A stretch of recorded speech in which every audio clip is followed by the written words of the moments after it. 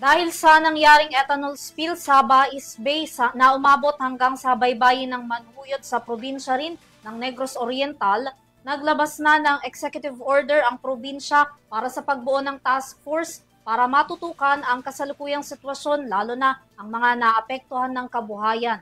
Tungayan ang kabuuan ng balita sa aking report.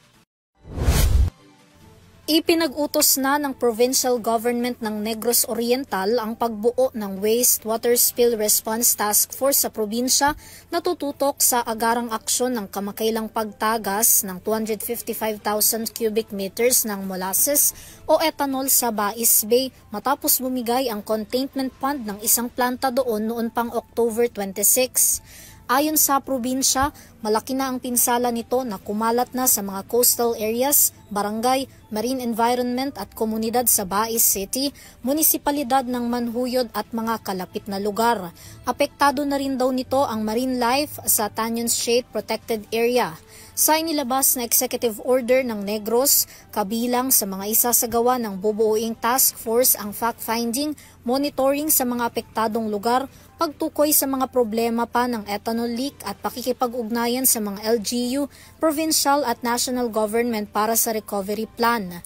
Hanggang sa ngayon, tuloy-tuloy naman daw ang pag-agapay ng Department of Environment and Natural Resources o DENR at provincial government ng Negros Oriental sa mga kabuhayang lubos na naapektuhan ng wastewater spill.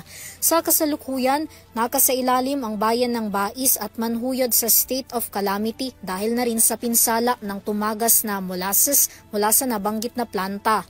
Sa isang pahayag naman ng DENR, sinabi nitong maaaring magmulta ng 500,000 pesos kada araw ang Universal Robina Corporation o URC na nagpapatakbo sa planta dahil sa mga naapektuhang kabuhayan sa komunidad.